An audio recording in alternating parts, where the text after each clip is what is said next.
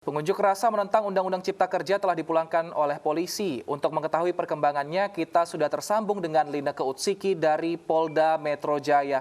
Selamat siang Lineke, hingga siang ini masih ada berapa pendemo yang ada di Polda Metro Jaya?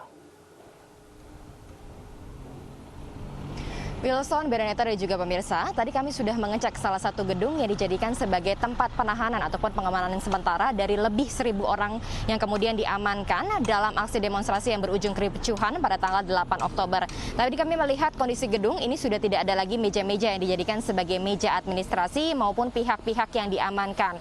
Berdasarkan data terakhir dari total 1.192 demonstran yang diamankan, ini 1.057 diantaranya sudah dipulangkan karena dinyatakan terbukti tidak bersalah dan telah dijemput oleh orang tua masing-masing.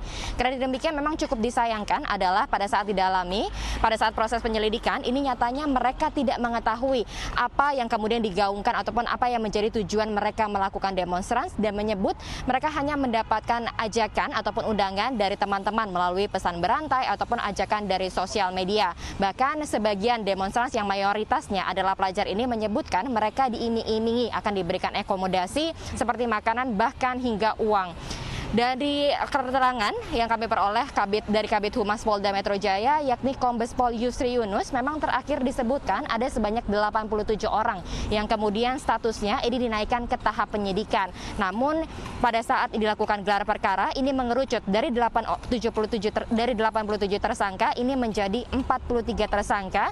Di antaranya ke-14 orang sudah dilakukan penahanan karena terbukti ini melakukan pengeroyokan terhadap petugas dan melanggar pasal 170 KUHP dengan ancaman penjara ini kurang lebih di atas 5 tahun.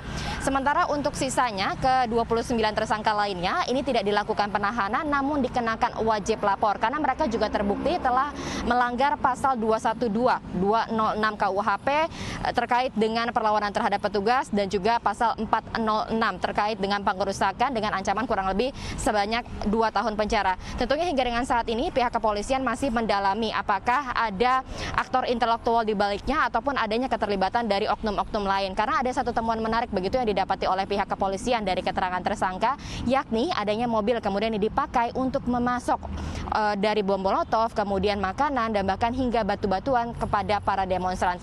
Ini kita sama-sama masih menunggu perkembangan dari pihak kepolisian apakah dapat mengungkap siapakah aktor intelektual maupun keterlibatan pelaku lainnya di dalam kasus kericuhan yang merusak fasilitas dan pasaran umum dengan kerugian kurang lebih hingga 65 miliar rupiah. Bereneta, Wilson. Lineke, atas laporan Anda, selamat bertugas kembali.